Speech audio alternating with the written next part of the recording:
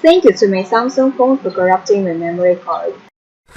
Most of the world know the name Jaffa as a kind of an orange. They don't know about a city like this in the world.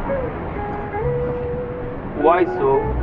Because since the second half of the 19th century till 1970s, Jaffa was one of the most important exporters of oranges to the whole world.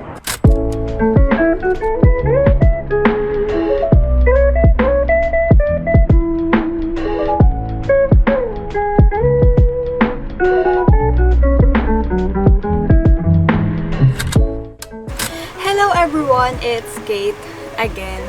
Miss ko na mag-ukay. Yung satisfaction na nararamdaman ko kapag nag-ukay ako, miss ko na yon. Last na ukay ko noong January, February at middle ng March kasi nagkaroon na ng lockdown noong March 16. Pero kung walang quarantine at pandemic, siguro hanggang ngayon nag-ukay pa rin ako. Mas gusto kong mag-ukay kesa bumili ng mga damit sa mall. Aanhin mo yung mga branded na damit kung hindi ka nasisiyahan at hindi ka komportable sa sinusuot mo, di ba? Kasi kapag nag-ukay ako, marami ako nakikitang magagandang style. Minsan, kapag new arrival yung pagbibilan ko ng ukay, sobrang mahal ng damit. Hindi ko na masyadong afford kasi minsan 20 lang yung pera ko.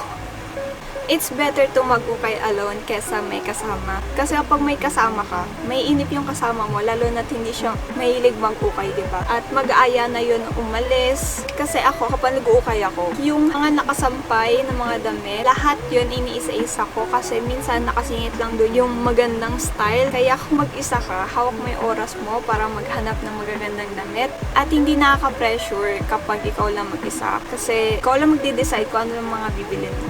Mas lamang yung window shopping ko kesa bumili ng mga ukay. Kasi minsan kulang yung pera ko. Kung may makita akong maganda, sige, go, mag-ukay ako. Lalo na kapag may nakita kong may magandang damit, tinatago ko yon sa mga hindi nakikita ng maraming tao. Kasi wala lang, tinatago ko lang siya. Hindi ko siya bibili. Kasi kapag binabalikan ko yung tinago kong damit, nawawala na rin siya kasi mabilis yung new arrival ng mga damit sa ukay. Kapag may nakita akong magandang damit, pero sobrang mahal nung presyo, like 100 pataas yung price, hindi ko talaga siya binibili kasi mahal eh. Parang hindi siya ukay. Alam mo yun, parang hindi siya ukay. Parang, sige, bumili ka na lang ng bagong damit kesa sa ganong price. Oo, may konting paghihinayang kasi maganda yung damit eh. Pero, sis, hindi ko talaga siya binibili. Kahit sobrang mahal.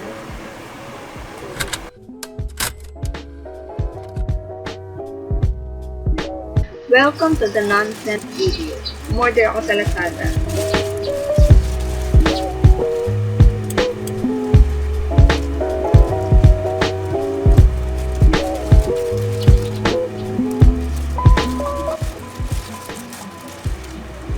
So, ang in-order ko ay dahon. Oo, dahon lang in-order ko sa Lazada. Diba, napaka-nonsense. 66 pesos siya, pero merong 40 pesos na shipping fees. Kaya 106 yung binayaran.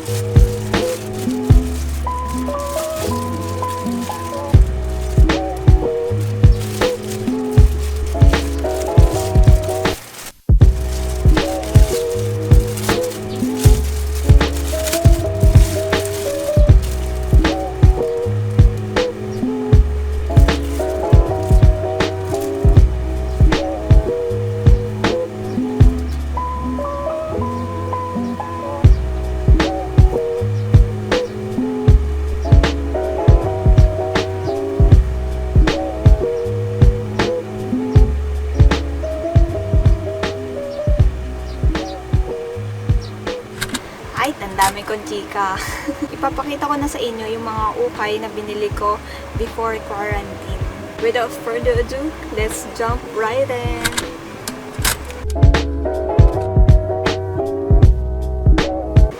This black hoodie, crop top sweater, hindi siya cotton, kaya kapag sinusuot ko siya, parang malamig sa katawan. Yung size niya small, at nabili ko lang siya in 20 pesos.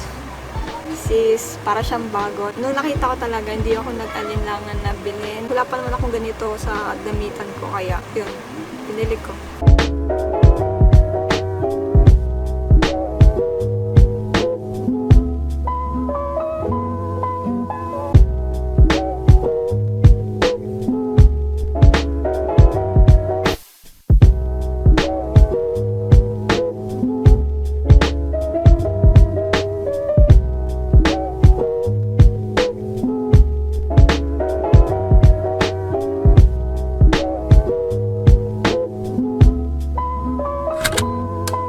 this white long sleeve top. Yeah, it's cotton. May embroidery design siya na cat. Ang ganda niya kasi. Napaka-minimalist. At natuwa ako dun sa pusa. Kasi nasa bulsa siya. Pero yung size niya small at medyo fitted sa akin. Hindi pa naman ako masyadong susuot ng mga fitted na polo. Bagong-bago pa lang siya kaya binili ko. 20 pesos din yung price nito.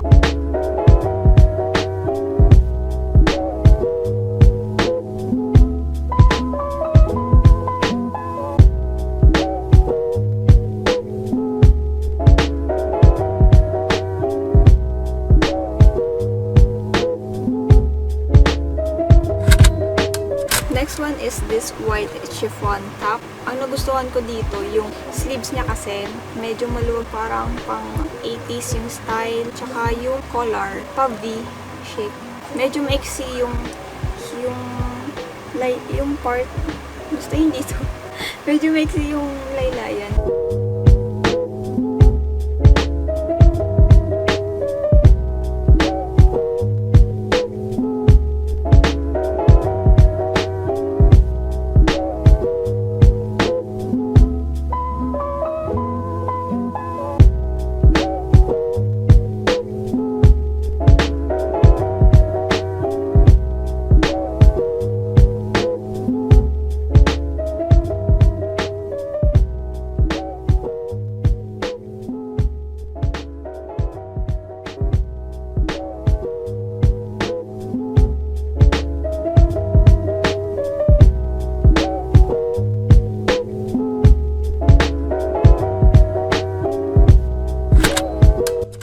Voice over ko na lang yung clip nito kasi nakorap yung video. Haha, thank you. So, sa lahat ng binili ko na ukay, ito yung pinaka-favorite ko.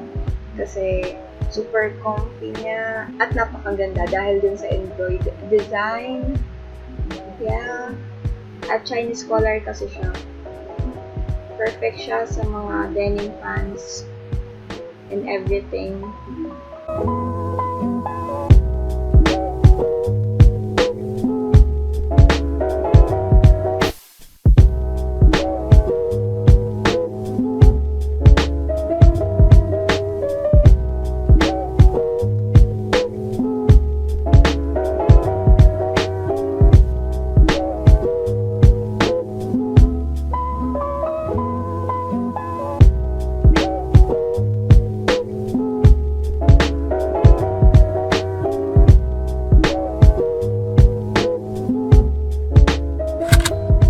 Next is this floral blouse with lace collar.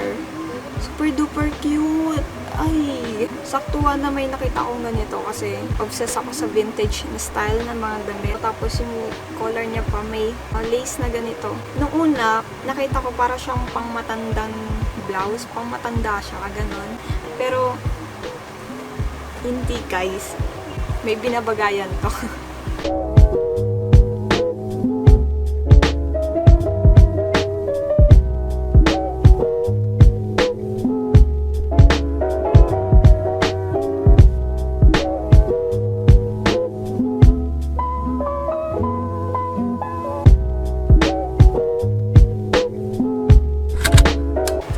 Turtleneck sweater. Oo, alam kong mainit sa Pilipinas. Bakit ako bumibili ng mga long sleeve na damit.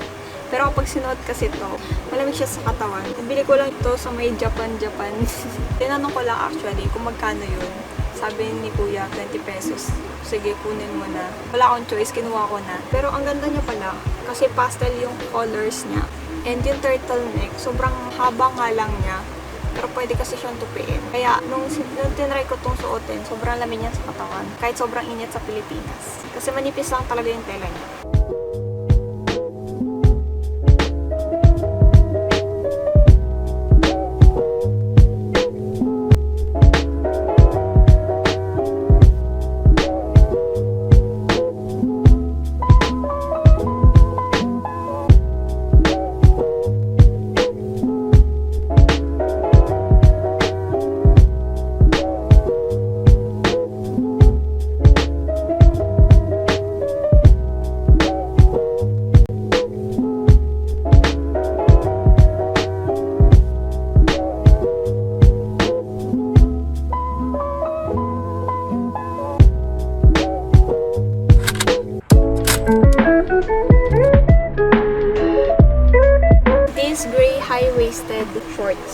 siyang ganito, parang slip. Para siyang double layer, parang magmukhang palda. Pero shorts talaga siya. Super ganda niya. Meron ako isa nito, yung sky blue. At ito yung second na binili ko. Sobrang liit nga lang ng waist. Noong una ko siyang tinry, siguro busog ako nung sinukat ko to kasi hindi kasya sa akin. Pero binili ko kasi 50 pesos to.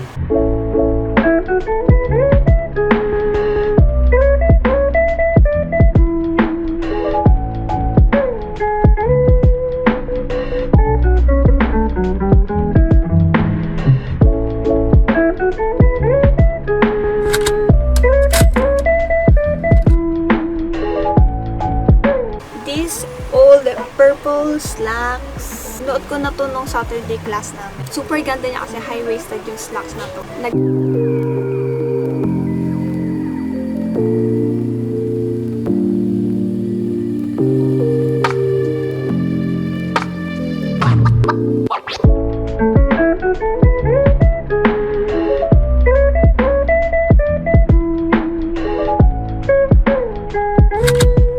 These green army cargo pants. Tagal na ako naghahanap ng cargo pants at nakahanap ako sa ukay. It's only 20 pesos. Pero hindi siya hanggang dito.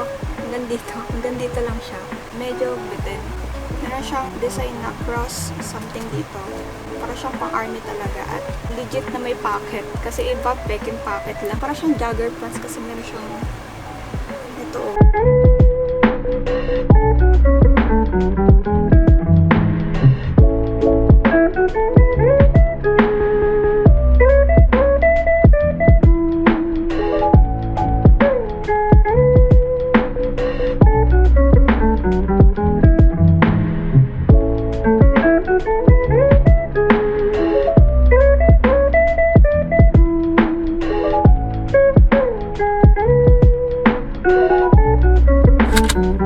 These red pants or slacks or square pants, I don't know.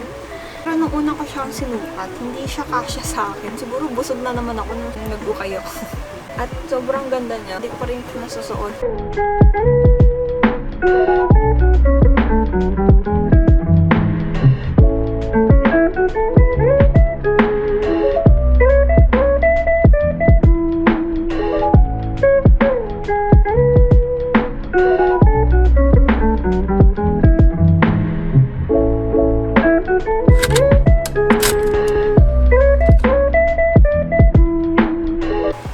This dress is only 20 pesos. I am in love with this dress. Kahit mukha kang yaya pag sinuot mo ito. Pero ang cute niya kasi checkered at ito yung mas pinaka-cute kasi yung lace na nasa gilid, yung design ng mismong dress. Nilagyan ko lang siya ng extra garter dito sa bewang kasi maluwag siya tignan para medyo fit sa akin.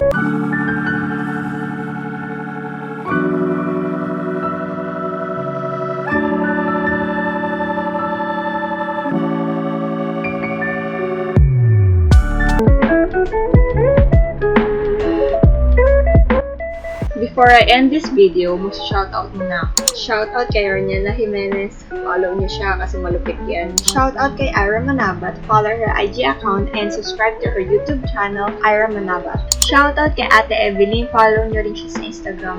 Shoutout kay Daphne Manesca, kung trip niyo siya i-follow, follow niyo na lang. Yeah. Shoutout din kay Ira Lanisa Barshal, kung gusto niyo siya i-follow, follow niyo na lang. At shoutout kay Chelsea Buiser, follow niyo rin siya sa Instagram. I hope you enjoyed that video. If you did, give me a thumbs up if you want more thrift hauls and subscribe to my channel. See you on my next video. Bye!